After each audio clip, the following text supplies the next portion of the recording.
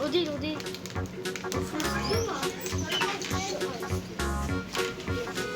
Evet aldık, hadi gidelim. Hadi oraya gidelim, orada ne varmış? Mert tavuk da alalım mı? Ne aldın? İçecek almış Mert. Soğan halkası yok. Güzel olmuyor.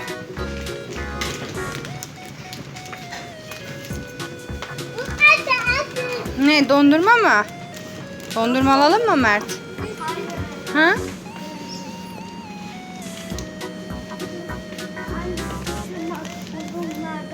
Uzun makarna mı? Tamam. Ne anneciğim? Mert bak burada ne var? Aa, kova varmış Mert. Bak kürek varmış burada. Kova varmış. Bunlar ne? Denize gidelim mi? Kumla oynarız. Aa Mert bak burada ne var? Gemi de var. Gördün mü? Hangisi güzel Mert? Kova mı gemi mi? Hangisi daha güzel? Bak bununla ne yapılıyor? Bununla kule yapılıyormuş. Mert gemiyi beğendi galiba. Mert hangisi güzel? Ne oldu? Tamam. Mert bence gemiyi bırak ya. Kovayı mı? Aa, bıraktı Mert. İstemedi.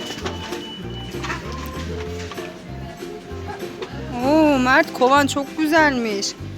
Buna kum dolduracağız değil mi? Burada kum eleyeceğiz. Bak Emir, bunu elek yerine kullanabilirsin. Kumda.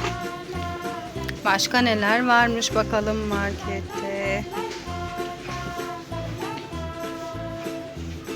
Nerede Mert'in reyonu? Nerede Mert'in reyonu? Hangisi? Nerede? Hani nerede Mert? Oo Mert, burada neler var? Ne alsın? Ne alsın abiler? Ver onu, ben tutayım, ver bakayım. Ben tutayım onu. Ver.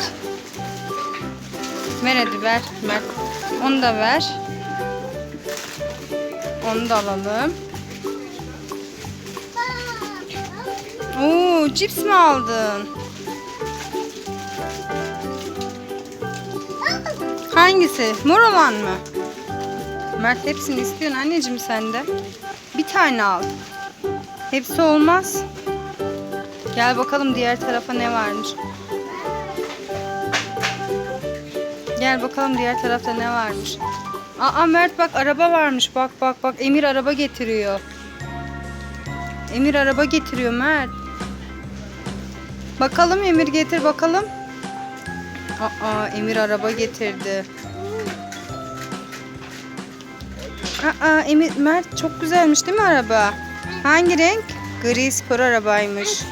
Açalım mı? Hayır, ödemeden açılmaz bu. Ödemeden açamayız bunu. Evet, koy kamyonuna. Evet, onu da kamyona koyduk arkadaşlar. Bakalım daha ne var kamyona koyacağımız. Hadi gel bakalım Mert. Dönemiyor kamyonu Mert'in. Bakalım nereye gireceğiz. Şuraya mı girsek Mert? Gel şuraya girelim.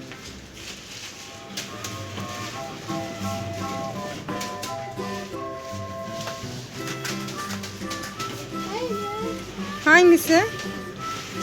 Oraya girelim. Hadi girelim bakalım orada neler varmış. Mert oradan neler alacak? Mert ne alacaksın oradan? Hı? Ne alacaksın? Bak bakalım burada ne var? Ama Mert bebek mi? Cici bebe mi alsın Mert?